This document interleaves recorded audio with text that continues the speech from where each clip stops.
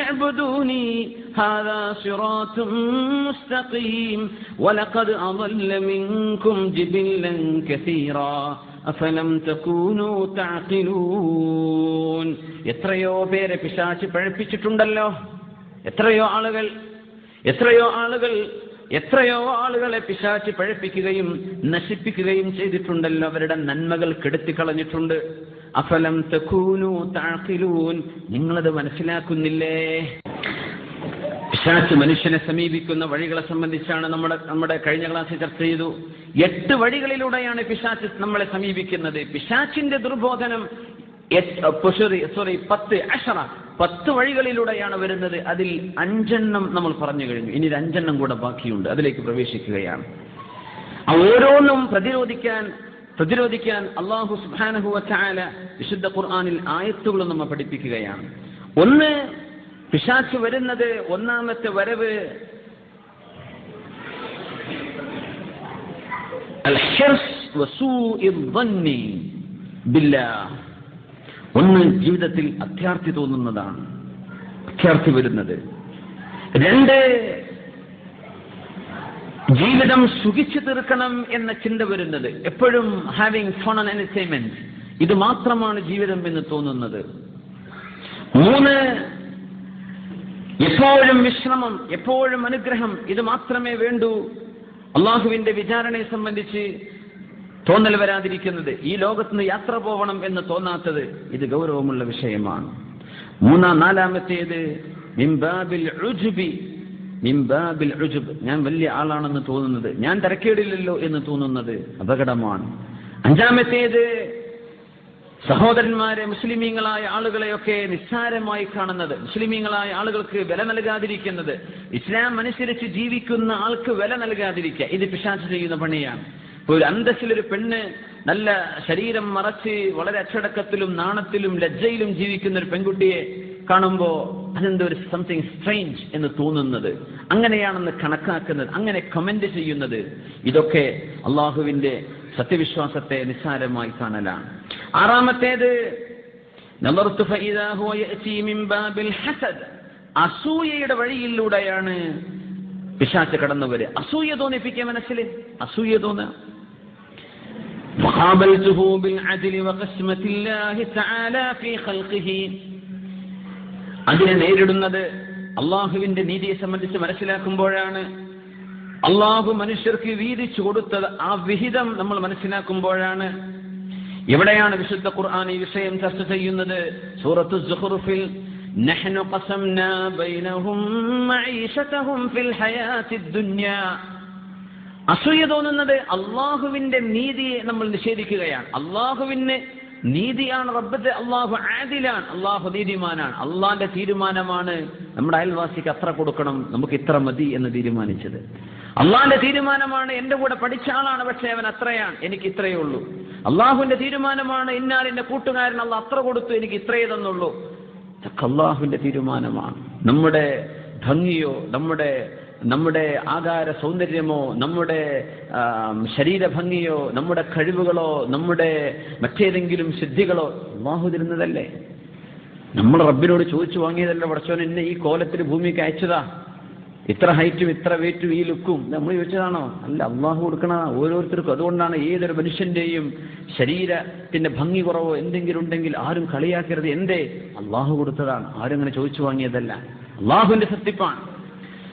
ശുദ്ധ ഖുർആൻ പറയാണ്, നഹ്നു ഖസംനാ ബൈനഹും മഈശതഹും ഫിൽ ഹയാത്തിദ് ദുനിയാ. ഐഹിക ജീവിതത്തിൽ മനുഷ്യരുടെ മഈശത്ത് ഞാനാണ് വീതിച്ചു കൊടുത്തത്. മഈശത്ത് ഞാനാ വീതി. ചിലർ ഒരുപാട് ഓടുന്നുണ്ടാകും, കിട്ടുന്നത് വളരെ കുറവാണ്. ചിലർ തീരെ ഓടുന്നില്ല, വീട്ടിലിരിക്കുകയാണ്, പക്ഷെ കിട്ടുന്ന വരുമാനം കൂടുതലാണ്. അള്ളാഹു കൊടുക്കുന്ന കൊടുതിയാണ്, അള്ളാഹുവിൻ്റെതാണ്. ഞാൻ എന്തിനെ അസൂയപ്പെടണം? എന്റെ റബ്ബ് അങ്ങനെ കൊടുക്കണമെന്ന് തീരുമാനിച്ചു, എനിക്ക് തോന്നുന്നത് അത് ശരിയായില്ലെന്ന് എന്റെ റബ്ബിനോട് ഞാൻ എതിരിടുകയാണ്. അത് ചെയ്യാൻ പാടില്ലല്ലോ. ഇത്ര ചിന്തിച്ചാൽ അസൂയക്ക് വരുന്നായി. ഇനി കഷണ്ടിന്റെ വരുന്നുണ്ടോ നമുക്കറിയാത്തത്, അസൂയക്ക് വരുന്നുണ്ട്. കഷണ്ടിക്ക് വരുന്നുണ്ടെന്ന് കേട്ടല്ലേ? നാച്ചുറൽ വരുന്നുണ്ടാ? കഷണ്ടിക്ക് പല ലുക്കുള്ള സംഗതി എന്നാ. ഇംഗ്ലീഷുകാരൊക്കെ തലക്ക് മൊട്ടടിച്ച് നടക്കട്ടൊക്കെ ഡെയിലി ഷെയ്വാ തല. പകുതി ബോൾഡാണ്, ബാക്കിയൊക്കെ ഷെയ്വും ചെയ്യണം. അങ്ങനെ തിളങ്ങി അവിടെ ഒരു ഗ്ലോസി എന്തോ ഒരു സ്ഥാനം തേച്ചിട്ട് ഇങ്ങനെ ഷൈനിങ് ആയിട്ട് നടക്കുക. എന്താ കഷണ്ടിക്കൊക്കെ ഇപ്പോൾ ഭയങ്കര ഡിമാൻഡാ, നമ്മളത് പൊത്തിപ്പിടിച്ച് നടക്കുകയാണ്. അസൂയക്ക് മരുന്നുണ്ട്. അസൂയന്റെ മരുന്ന് ഇതാണ്, അള്ളാഹുവിന്റെ ഖിസ്മത്തിനെ സംബന്ധിച്ച് മനസ്സിലാക്കലാണ്. എന്റെ റബ്ബ് എനിക്ക് ഇത്ര തരാൻ തീരുമാനിച്ചു, അൽഹംദുലില്ലാ. എന്റെ റബ്ബ് എന്റെ കൂട്ടുകാരൻ, എന്റെ ബന്ധുവിന്, എന്റെ ജ്യേഷ്ഠന്, അനിയന്, എന്റെ കൂടെ പഠിച്ചവന്, എന്റെ സുഹൃത്തിന് ഇത്ര കൊടുക്കാനുള്ള തീരുമാനിച്ചു. അൽഹംദുലില്ലാ, അള്ളാഹിന്റെ തീരുമാനം. എനിക്കെത്ര കിട്ടി ഞാൻ അതിന് കണക്ക് പറഞ്ഞാൽ മതി. എന്റെ കൂട്ടുകാരൻ എത്ര കൊടുത്തോ അതിന് അവൻ അള്ളാഹിനോട് കണക്ക് പറയണം. അൽഹംദുലില്ലാ, എന്റെ വിഷയം അള്ളാഹു കൊടുത്തതല്ലേ. ഒരാളുടെ സൗന്ദര്യത്തിലോ ഒരാളുടെ വിഷയത്തിലോ ഒന്നും നമ്മൾ ആരോടും ഒന്നിലും അസൂയ വെക്കരുത്. ഇത് പിശാച് കൊണ്ടുവരുന്ന വഴിയാണ്. അസൂയയുടെ വാക്കുകൾ വരുന്നത് പിശാചിന്റേതാണ്. ആറാമത്തെ വഴി പിശാച് കൊണ്ടുവരുന്നത് അസൂയയിലൂടെയാണ്. ഏഴാമതവൻ കടന്നു വരുന്നത്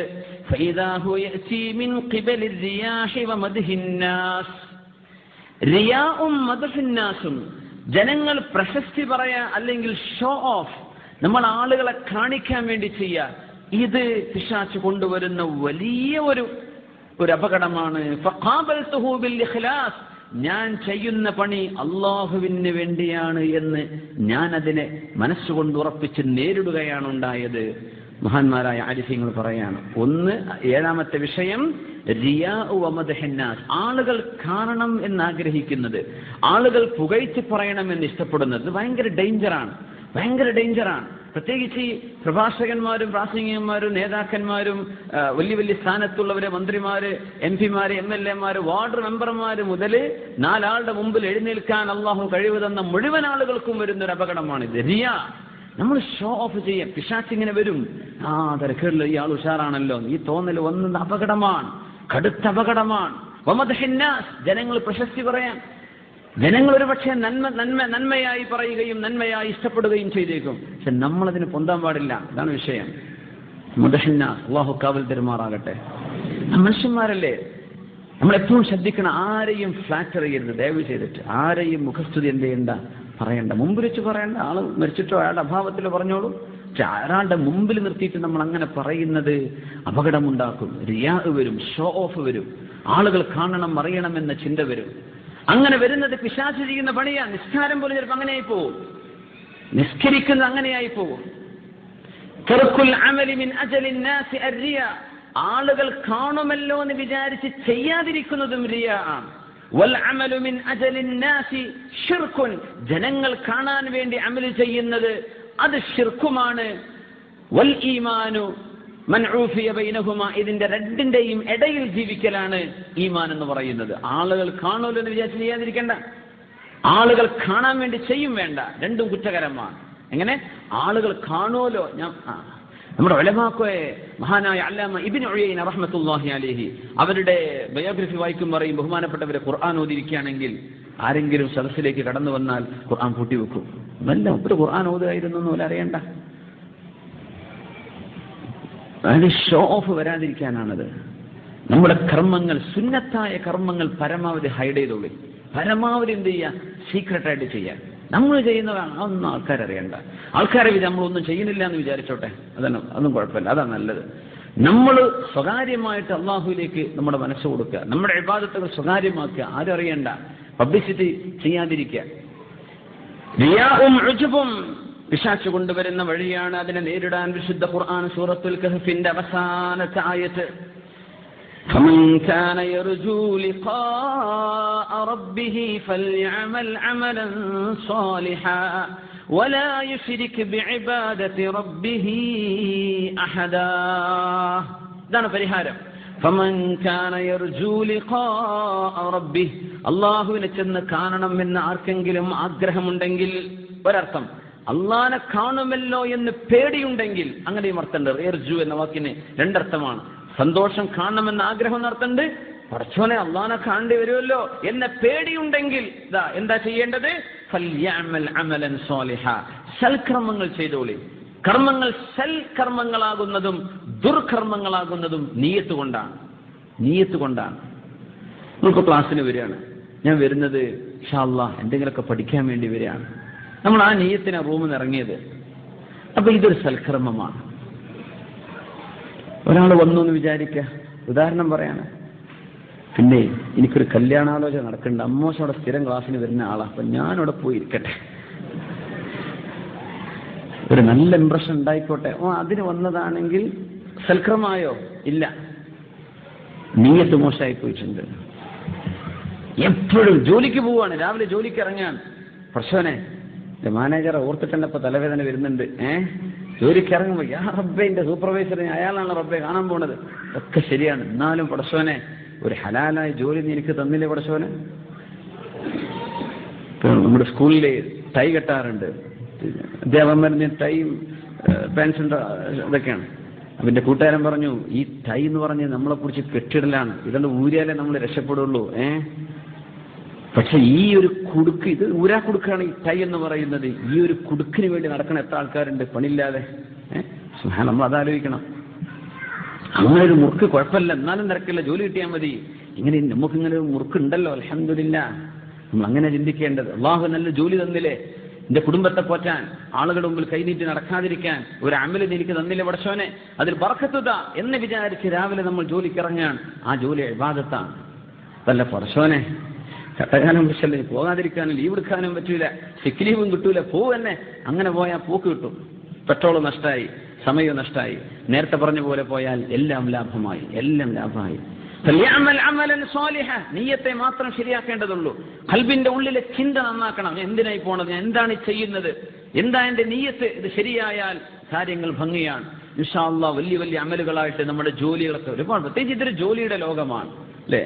പ്രവാസ ലോകം എന്ന് പറഞ്ഞാൽ അധ്വാനത്തിന്റെ ലോകമാണ്. ഈ അധ്വാനമൊക്കെ നമ്മുടെ നാട്ടിൽ നമ്മൾ ചെയ്യണം, നമ്മൾ നാടൊക്കെ ഇവിടെ എത്തിപ്പോയേനെ അല്ലേ. എത്ര നമ്മൾ അധ്വാനിക്കില്ലല്ലോ നാട്ടിലാവുമ്പോ. സുബ്ഹാനല്ലാഹ്, ആ ജോലിക്ക് പോകുമ്പോ നീയത്ത് നന്നാക്കുക. സൽക്കർമ്മങ്ങൾ ചെയ്തേക്കണേ.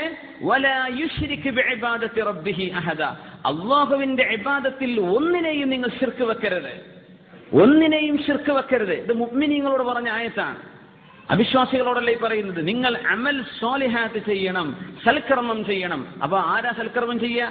സൽക്കർമ്മം സ്വീകരിക്കപ്പെടണമെങ്കിൽ വിശ്വാസം വേണ്ടേ, ഈമാൻ വേണ്ടേ? ഈമാനുള്ളവരോട് അള്ളാഹു പറയുന്നത് ശിർക്ക് ചെയ്യരുത്.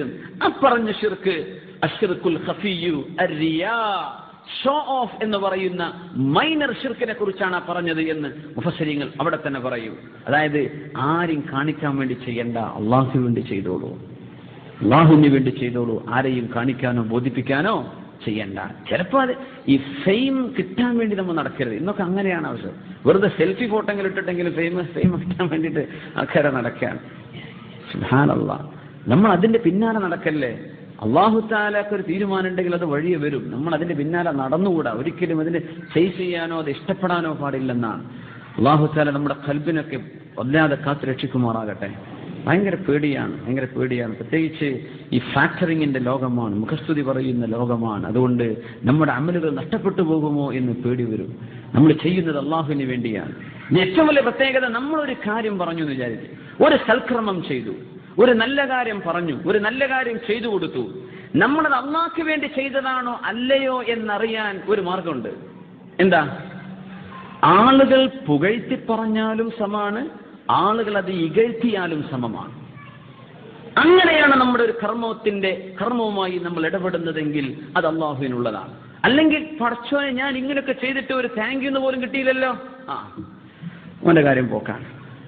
അല്ലെങ്കിൽ അവരെ എതിർത്തു, ഒരുപാട് ആളുകൾ എതിർത്തു, കളിയാക്കി, പരിഹസിച്ചു, എന്തെങ്കിലുമൊക്കെ ആക്ഷേപിച്ചു. വല്ലി ഞാൻ പറഞ്ഞ അള്ളാഹ്ക്ക് വേണ്ടിയാണ്, ഞാൻ ഈ ചെയ്തത് പടച്ചവന് വേണ്ടിയാണ്. ഇഷ്ടപ്പെടുന്നവർക്ക് ഇഷ്ടപ്പെട്ടോട്ടെ, ഇഷ്ടപ്പെടാത്തവർക്ക് ഇഷ്ടപ്പെടേണ്ട. ഇങ്ങനെ ഒരു മനസ്സ് കിട്ടാൻ വേണ്ടി അള്ളാഹിനോട് ദ്വാരന്നോളി. അപ്പോഴേ നമ്മുടെ ഇഖ്ലാസ് പൂർത്തിയാവുള്ളൂ. പ്രശംസിച്ചാലും സമാണ്, ഇകഴ്ത്തിയാലും സമമാണ്. നമ്മൾ ചെയ്യുന്നത് ഖൈറാണെങ്കിൽ, നമ്മൾ ചെയ്യുന്ന കാര്യം ഖൈറാണ്, നമുക്ക് ബോധ്യപ്പെട്ടു. നമ്മൾ ഹക്കും സത്യവുമാണ് പറയുന്നത്, നമ്മൾ ചെയ്യുന്ന പ്രവൃത്തി ഹക്കാണ്. പക്ഷേ അത് ചിലർക്ക് ഇഷ്ടപ്പെട്ടു എന്ന് വരും, ചിലർക്ക് ഇഷ്ടപ്പെട്ടില്ല എന്ന് വരും. എത്രയോ ചെറുപ്പക്കാർ സ്ത്രീധനം വാങ്ങിക്കാതെ വേണ്ടാന്ന് വെച്ചിട്ട് അവർ കല്യാണം കഴിക്കാൻ ഒരുങ്ങുകയാണ്. അപ്പോഴേക്ക് പറഞ്ഞു ഉമ്മാക്ക് വേണമല്ലോ, വാപ്പാക്ക് വേണമല്ലോ, അങ്ങനെ മോൾക്ക് കൊടുത്തിട്ടുണ്ടല്ലോ. അപ്പോഴേക്ക് ഓന്റെ ഈമാൻ പോയി. എന്നാ പിന്നെ ആയിക്കോട്ടെ. അതല്ല, നിങ്ങളൊരു നന്മക്ക് മുന്നിട്ടിറങ്ങുകയാണ്. ആര് പുകഴ്ത്തിയാലും ഇകഴ്ത്തിയാലും രണ്ടും ഈക്വലാണ് നിങ്ങളുടെ മുമ്പിൽ, രണ്ടും ഈക്വലാണ്. പ്രൈസ് ആൻഡ് ഇൻസൾട്ട് രണ്ടും നിങ്ങളുടെ മുമ്പിൽ ഈക്വലാണ്. ഇത് ഇഖ്ലാസിന്റെ ലക്ഷണമാണ്. അതുകൊണ്ട് പ്രശംസ കിട്ടാനും നിൽക്കണ്ട, ഇകഴ്ത്തിയാൽ തകരാനും പോണ്ട, രണ്ടും ഒരുപോലെ കാണണം. അങ്ങനെ ചെയ്യുന്നതാണ് അള്ളാഹുവിനെ ചെയ്യുന്ന പണി. അല്ലെങ്കിൽ മനുഷ്യന്മാരുടെ ക്ലാപ്പ് കിട്ടാനല്ലേ, അത് ചെയ്തുകൂടാ. പിശാച് ഇങ്ങനെയൊക്കെ വന്ന് നമ്മുടെ അമലുകൾ പൊളിച്ചു കളഞ്ഞേക്കും, റിയായിലൂടെ വരും. അള്ളാഹു കാത്ത് രക്ഷിക്കുമാറാകട്ടെ.